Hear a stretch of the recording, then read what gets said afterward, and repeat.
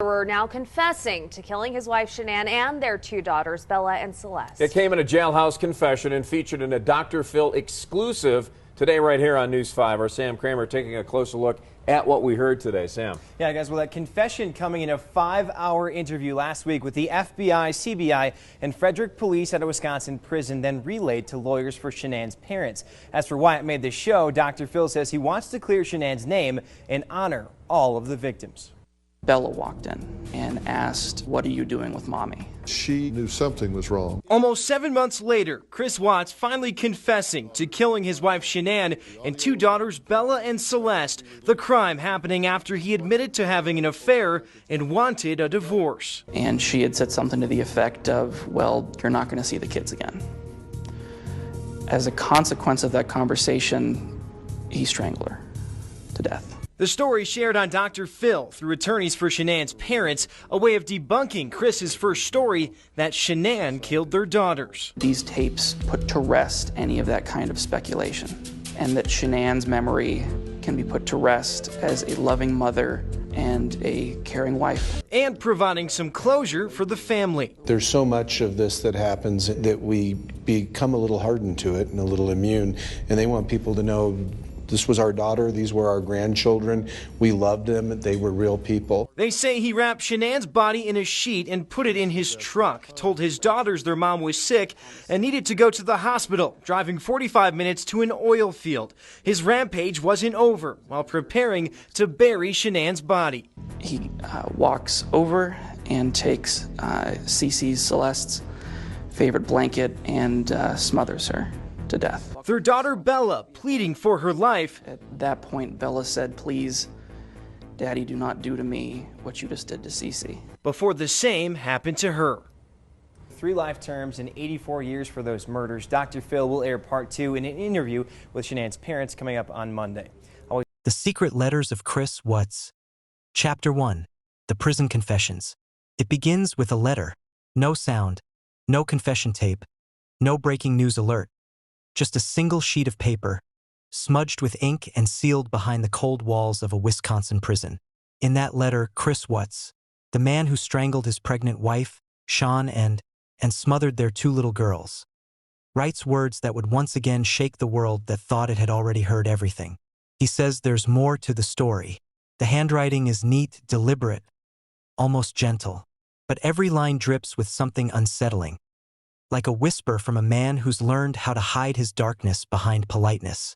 The letter was sent to a woman named Sherilyn Cadle, an author who claimed that Chris reached out to her from prison, sharing what he called his real truth. The words that followed weren't just shocking, they were chilling. He admitted that the murders were not spontaneous, not a burst of rage as he'd once claimed, but planned. In these letters, Chris detailed how he had thought about the murders for weeks, how he rehearsed it in his mind, and how, even as his daughters played in front of him, he imagined what it would be like to make them disappear forever. For many, it was too monstrous to believe. But for others, especially those who had followed the Watts case from the start, it confirmed the suspicion that had never quite died, that Chris Watts was far more calculating than he ever let on. Outside the prison walls, the world had tried to move on. True crime forums had gone quiet. Shanann's family had tried to heal in silence. But when these letters emerged, that fragile peace shattered once more. The images of Shawn and smiling in her home videos, the girls giggling as they played with their father, they all took on new meaning now. If Chris had truly planned it, then every one of those smiles had been met by a man quietly plotting their end. The letters spoke of guilt, of temptation, of something spiritual, a war between good and evil inside him. But to many, those words were nothing more than manipulation, a way for Chris Watts to rewrite his own legacy from behind bars. Still, buried in his writing were details that had never been made public. The positioning of the bodies, the moments before dawn when everything changed, and chillingly, the final things his daughters said to him. Every new page of those letters seemed to twist the knife a little deeper. Not just for Shanann's family, but for the world that had once believed in the illusion of the perfect family man. Because if these letters were true, then Chris Watts didn't just snap. He plotted, he fantasized, and he executed with precision that can only come from cold calculation. But what made him right now? Why reach out after all this time? Was it guilt or something darker? The need to stay relevant in a world that had already moved on. The answers lie hidden within the ink of those prison pages. Letters that may hold not just confessions, but secrets that even the court never heard. And as we peel back each one, we start to see that this isn't just a story about murder. It's a story about obsession, control, and the terrifying power of a man who wanted to own his narrative, even from behind bars. This is the beginning of the secret letters of Chris Watts.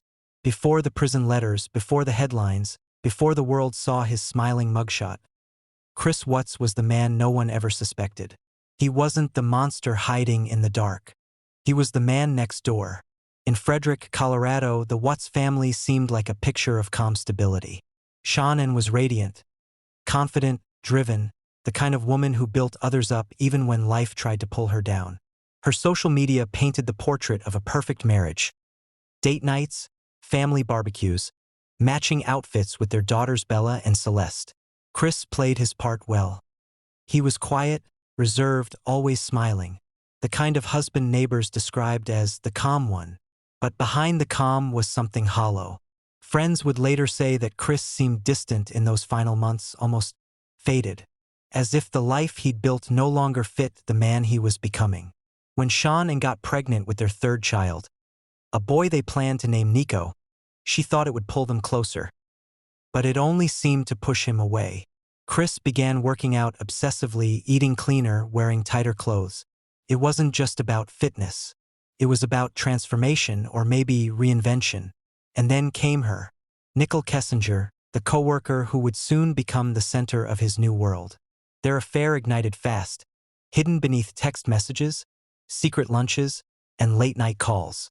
Chris told Nicole that his marriage was ending, that he and Shannon were no longer together, a lie that would snowball into something deadly. In those months, his double life grew stronger. One side, the husband and father, kissing his daughters goodnight. The other, the lover, whispering promises of a fresh start. Two identities at war until one had to die for the other to live. The letters he wrote years later hinted that he felt possessed, that darkness had entered him. But psychologists see it differently. What they saw was a man who wanted control, total control, and when that control slipped, he turned to destruction. Shannon began to notice the cracks, the emotional distance, the secretiveness, the sudden coldness in his eyes. She confided in friends that something felt wrong, that she feared losing him, not realizing that she already had. By the time she flew home from a business trip in August 2018, the stage was set. The mask had almost slipped, and Chris could feel it. He told himself that everything would be fine, but fine had already left their home long ago. The letters he'd later send from prison didn't just confess to murder. They exposed a man trying to rewrite who he was, to make sense of what he'd done. But underneath the words, one truth kept echoing louder than the rest. Chris Watts had never truly loved anyone. Not Sean, and not his daughters, and maybe not even himself. The mask had cracked, but the monster behind it was only beginning to show. The cracks in Chris Watts' perfect facade didn't appear all at once. They formed slowly, like fractures beneath polished glass. To the outside world, the Watts family home was immaculate. The children were adored, and Shannon was a dedicated wife. But inside those walls, something unseen was beginning to rot. It started with silence. Chris, once a dependable partner, grew distant, detached, and eerily calm. Shannon noticed it first in the smallest moments. The way he no longer reached for her hand, how his hugs felt colder, how his eyes wandered away mid-conversation. When she asked if something was wrong, he said he was just tired. But exhaustion doesn't make a man forget how to love. Then came the weight loss, 40 pounds gone in months. His new obsession with working out wasn't just about health. It was about control, about reclaiming something he felt he'd lost. Co-workers at Anadarko Petroleum noticed the change too. The quiet, easygoing man was suddenly alert, restless, and frequently checking his phone. That phone held his second life. Hidden behind passcodes and deleted messages was a connection that burned brighter every day. His affair with Nicole Kessinger. Nicole thought she was dating a man going through a divorce. She had no idea that he went home each night to tuck in two little girls and text their mother, "I love you." Friends began to notice that Shanann's social media posts, once filled with affection, had become more defensive. Posts about trying harder, loving deeper, holding on to something slipping away. It was as though she was begging the world, and maybe herself, to believe everything was still okay. When Shannon confided in her close friend, she said Chris had stopped being intimate, that he refused to talk about the baby, and that she felt something dark moving between them. She couldn't name it, but she could feel it. Even Nicole started sensing inconsistencies. Chris told her his marriage was over, yet Shanann's online presence painted a different story. When confronted, Chris doubled down, claiming his wife was controlling, that she wouldn't let go. He crafted a narrative where he was the victim, trapped, suffocating, a story he used to justify what he was about to do. By early August 2018, Shannon was fighting to save their marriage, while Chris was planning its burial. Each smile he gave, each text he sent, was a step toward the inevitable. The red flags were everywhere, the emotional withdrawal, the lies, the double life. But when a mask is worn long enough, even the wearer starts to believe it's real. In his prison letters, Chris would later write that he'd felt like someone else during those final days. But it wasn't someone else.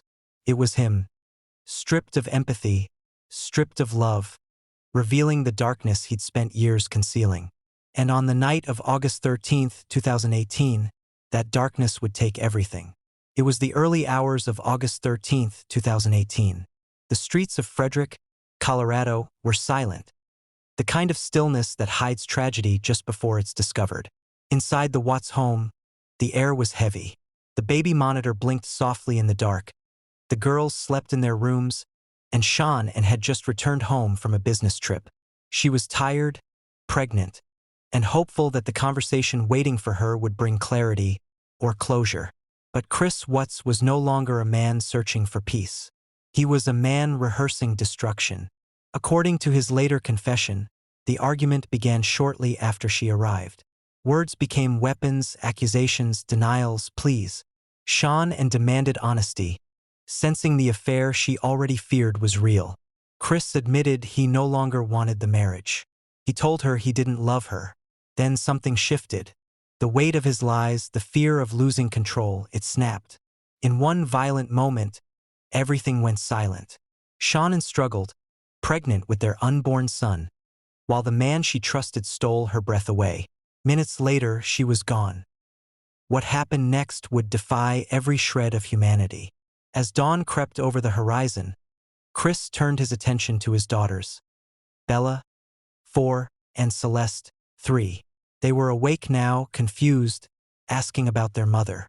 What they saw next, what they felt, will forever haunt anyone who's read the case files.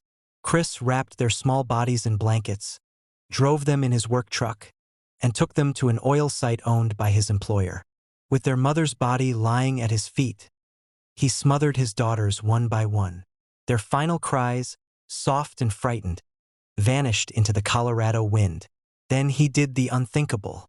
He placed Shanann's body in a shallow grave and dropped Bella and Celeste into separate oil tanks, their small bodies hidden in the thick, black sludge.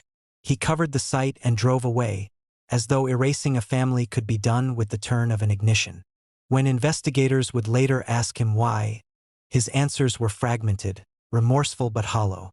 He said he didn't know what came over him, but letters he'd later write from prison hinted that he felt consumed by darkness, like something was pushing him. Whether it was guilt or the remnants of his lies, no one could say. By sunrise, Chris Watts was back to pretending.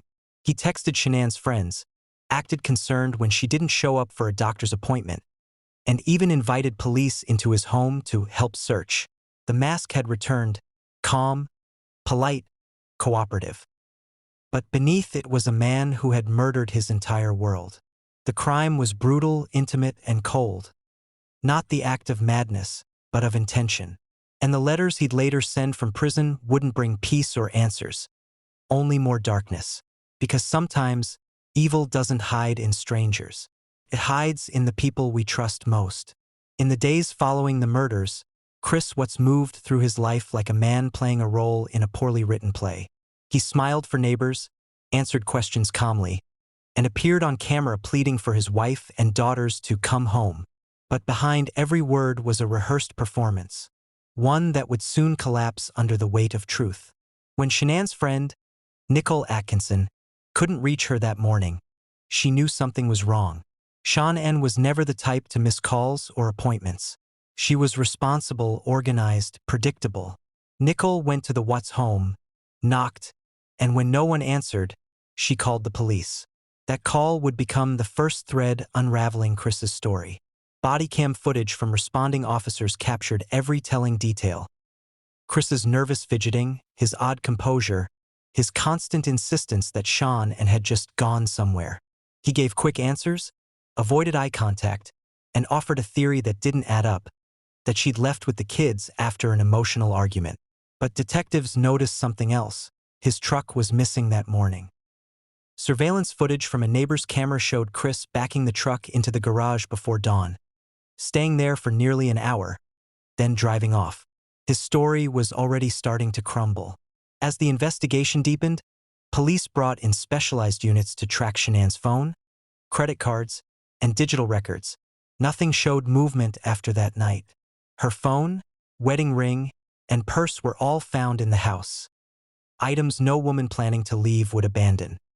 As the investigation deepened, police brought in specialized units to track Shanann's phone, credit cards, and digital records.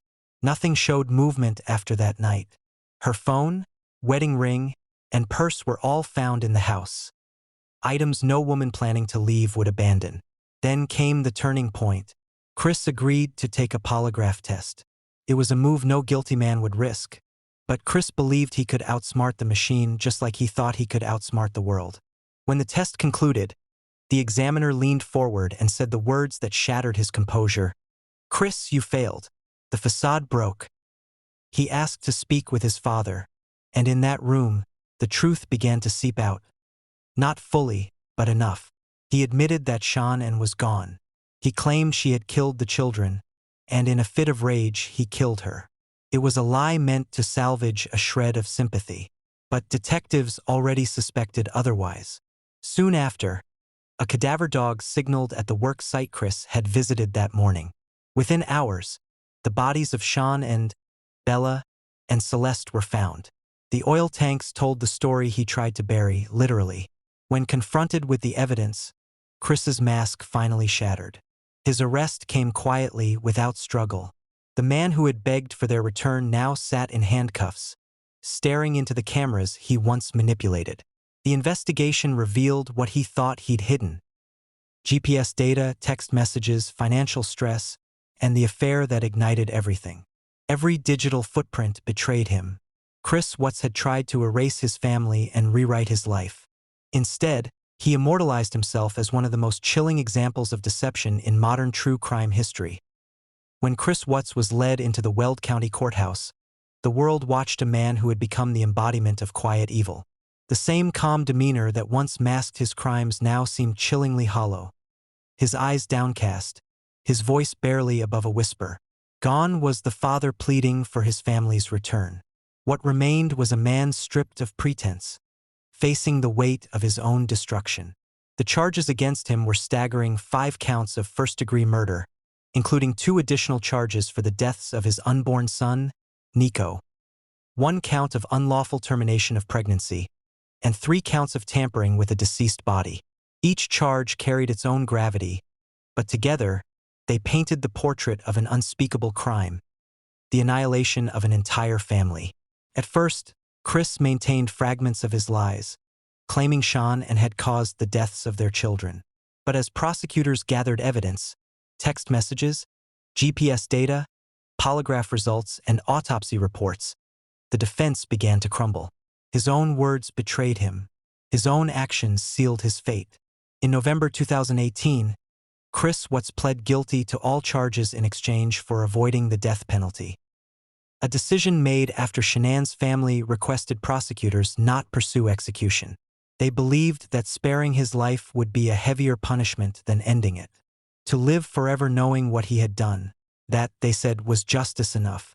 During sentencing, the courtroom was silent except for the soft sobs of Shanann's family. I wake up every The district every attorney morning called just it the most inhumane and vicious crime he had ever seen. He described how Shanann fought for her life, how Bella and Celeste begged for mercy, and how Chris betrayed them in the most unimaginable way. When given the chance to speak, Chris remained almost emotionless. His apology was mechanical, his words shallow, as if remorse was a language he could no longer understand. The judge, visibly shaken, delivered the sentence. 5 life terms without the possibility of parole, to be served consecutively, plus 48 years for unlawful termination of pregnancy and 36 years for tampering with the bodies.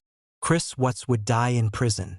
As he was led away, Shanann's father, Frank Rzusek, spoke softly through tears, saying, "You thought you'd get away with this, but you didn't. The verdict didn't bring closure, because how could it? Justice can't resurrect what was lost."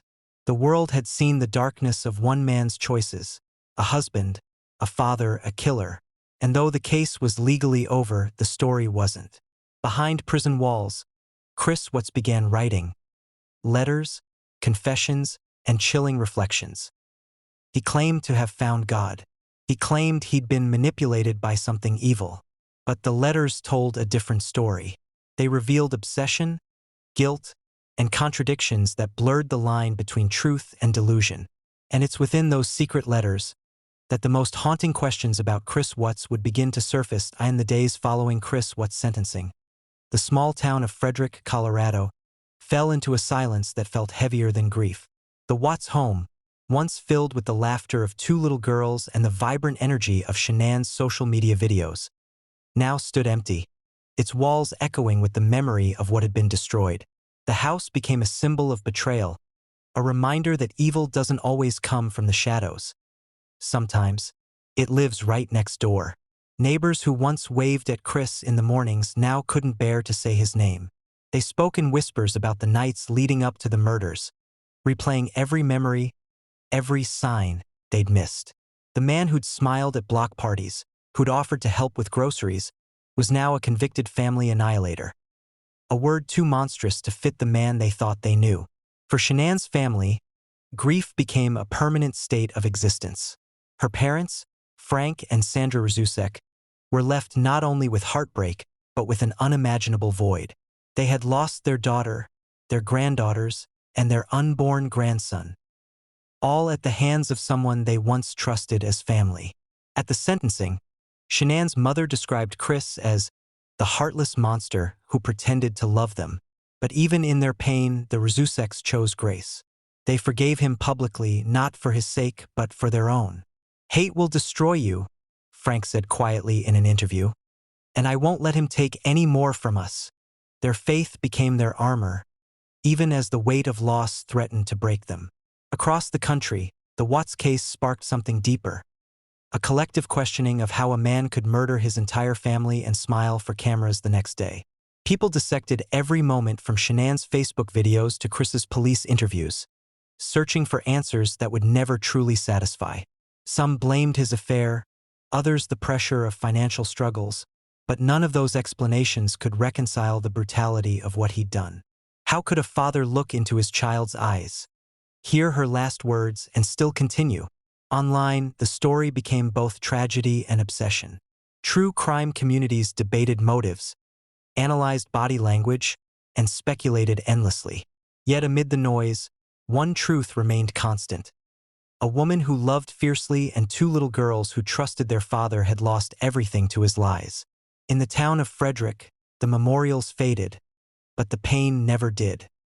The front yard where Sean and once filmed cheerful family updates became a place of mourning, covered in flowers, candles, and children's toys.